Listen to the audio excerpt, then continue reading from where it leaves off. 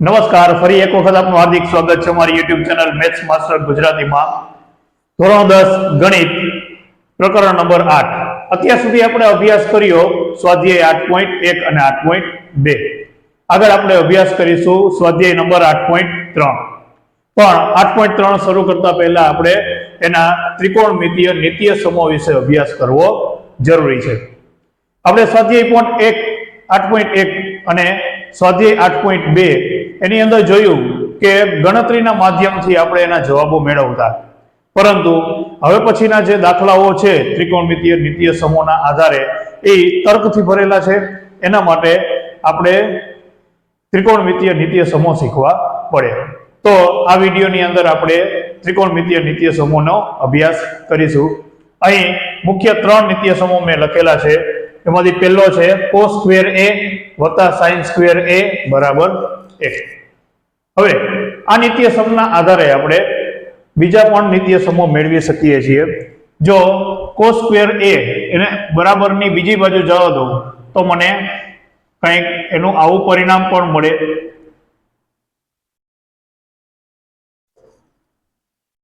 અને જો હું sin સ્ક્વેર ને ઓલી બાજુ જવા દઉં, મુખ્ય જે નિત્ય સમ છે તેનો ઉપયોગ કરીએ ફરી પાછો, અને sin સ્ક્વેર ને બરાબરની ઓલી બાજુ જવા દઉં તો cos સ્ક્વેર a બરાબર 1 માઇનસ sin સ્ક્વેર a એવું મળે. જો હું બંને બાજુ વર્ગમૂળ કાઢું, sin નો ઉપયોગ કરીએ તો મને કંઈક આવું મળે, વર્ગમૂળની અંદર 1 ઓછા cos સ્ક્વેર a. અને આનો જો બંને બાજુ વર્ગમૂળ કાઢવામાં આવે તો cos a બરાબર 1 ઓછા sin સ્ક્વેર a વર્ગમૂળની અંદર. વધારે અભ્યાસ કરીએ આપણે આનો. જો sin a છે તેને આપણે કહીએ છીએ 1/, cosec a. એટલે કે આના માટે હું કહી શકું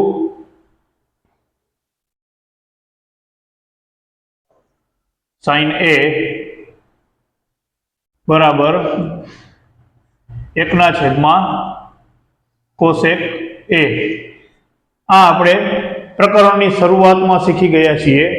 sin અને cosec વચ્ચેનો જે સંબંધ છે એ ખરેખર ગુણાકારનો રહેલો હોય, પણ બરાબરની બીજી બાજુ જાય તો એ 1/, આવી જાય. એટલે આના ઉપરથી હું આમ પણ કહી શકું sin a બરાબર cosec a, sin a ગુણ્યા cosec a બરાબર 1. અને એવી જ રીતના જો cos ની વાત કરવામાં આવે તો cos a બરાબર 1/, sec a. sec ને અહીંયા લઈ લેવામાં આવે તો cos a into sec a બરાબર 1 મળે. હવે મુખ્ય બીજા નિત્ય સમ તરફ આપણે આગળ વધીએ. 1 વત્તા tan સ્ક્વેર a. જો tan ને ઓલી બાજુ જવા દેવામાં આવે તો sec સ્ક્વેર a ઓછા tan સ્ક્વેર a બરાબર 1 મળે. અને એવી જ રીતના જો 1 ને આ તરફ ઓલી બાજુ જવા દેવામાં આવે તો tan સ્ક્વેર a બરાબર sec સ્ક્વેર a માઇનસ 1 મૂલ્ય મળે. હવે ઉપરના નિત્ય સમની અંદર જે અહીંયા મૂળ નિત્ય સમ છે તેની અંદર બંને બાજુ આપણે વર્ગમૂળ કાઢીએ તો sec a બરાબર 1 વત્તા tan સ્ક્વેર a આવું મળે. અને આ નિત્ય સમનો જો ઉપયોગ કરીએ, બંને બાજુ આપણે વર્ગમૂળ કાઢીએ તો કંઈક આવું મળશે મને.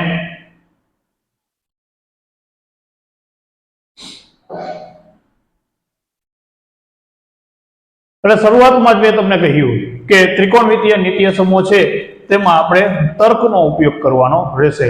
આમાં હજી પણ આપણે સાદુરૂપ આપી શકીએ. જેમ કે sec છે એનું મૂલ્ય આપણે જોયું કે sec છે એનો વ્યસ્ત પાછો 1/, cos a થાય, તો આની બદલે cos a 1/, cos a મૂકીને પણ આનું સાદુરૂપ આગળ આપી શકાય છે. દાખલાની અંદર કયા પ્રકારનો જવાબ માંગેલો છે એના આધારે આપણે આમાંથી યોગ્ય નિત્ય સમનો ઉપયોગ કરવાનો રહેશે.